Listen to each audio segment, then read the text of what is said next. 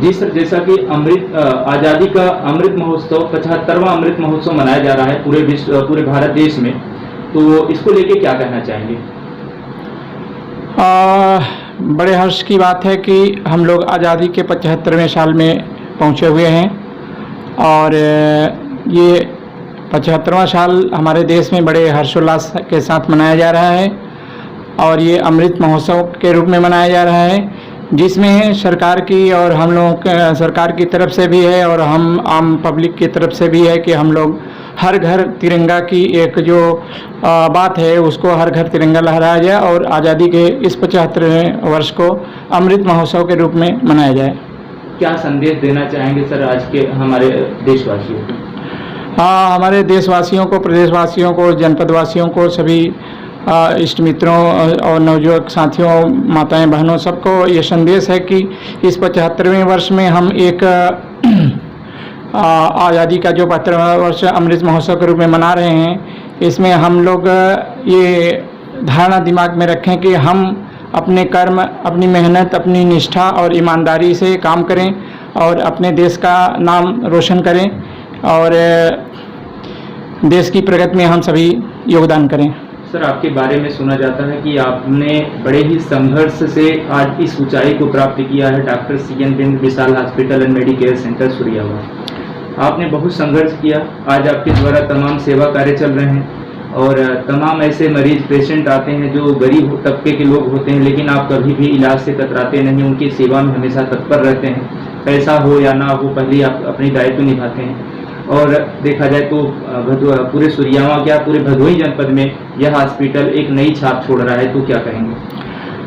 धन्यवाद नीतीश भाई,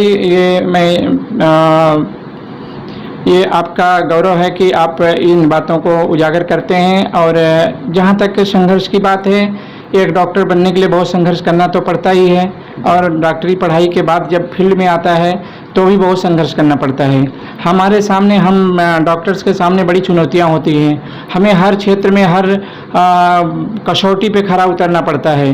क्योंकि हम एक छोटे वर्ग से आते हैं, हम एक गरीब वर्ग से आते हैं, तो हमें गरीबों की पीड़ा, उनका दुख दर्द और उनकी तकलीफ़ें, उनकी मजबूरियां हम लोग अच्छी तरह से समझते हैं और उस हिसाब से हम ये देखते हैं कि किस पेशेंट के पास पैसा है कि नहीं है। हमें उस पर बहुत फोकस नहीं करके हमको ये होता है कि पेशेंट का इलाज हो, मरीज की परेशानियों को ध्यान में रखते हुए हम उनका इलाज करते हैं और चाहते हैं और करते भी हैं कि अच्छा से अच्छा इलाज हम लोग यहाँ से दे सकें।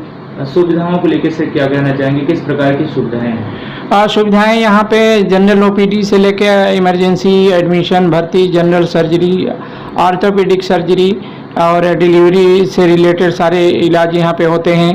और इधर विगत सालों से हमारे पास जो आयुष्मान की सुविधा है, निःशुल्क लोगों का इलाज होता है।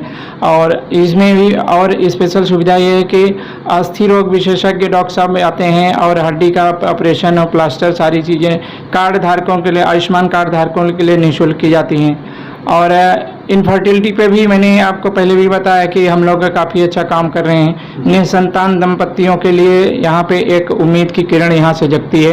काफ़ी लोगों को इसका लाभ मिला है। हम काफ़ी खुश होते हैं कि हम लोग अपनी मेहनत से उन लोगों को कुछ मदद कर पाते हैं।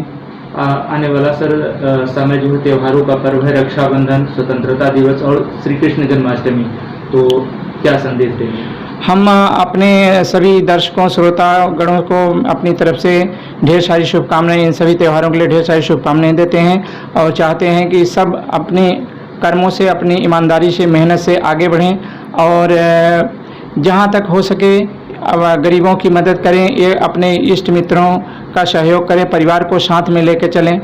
और इन सब के साथ मैं ढेर सारी शुभकामनाएं सभी को देता हूँ। सर, आखिरी प्रश्न आपसे, आज तमाम लोग आपको जब देखते हैं तो महसूस करते हैं, सोचने पे विवश हो जाते हैं, डॉक्टर साहब इतने फिट कैसे हैं? आज इतने भाग दौड़ जिंदगी में आप अपने आप को स्वस्थ और फिट कैसे रख पाते हैं? थोड़ा सा दर्शकों को बताएं। बहुत बहुत धन्यवाद इस प्रश्न के लिए। और मुझे खुशी है कि आपको मैं फिट दिखता हूं, और इसके लिए मैं कोशिश करता हूं। मेरी दिनचर्या सुबह की जो शुरू होती है योगा प्राणायाम से शुरू होती है।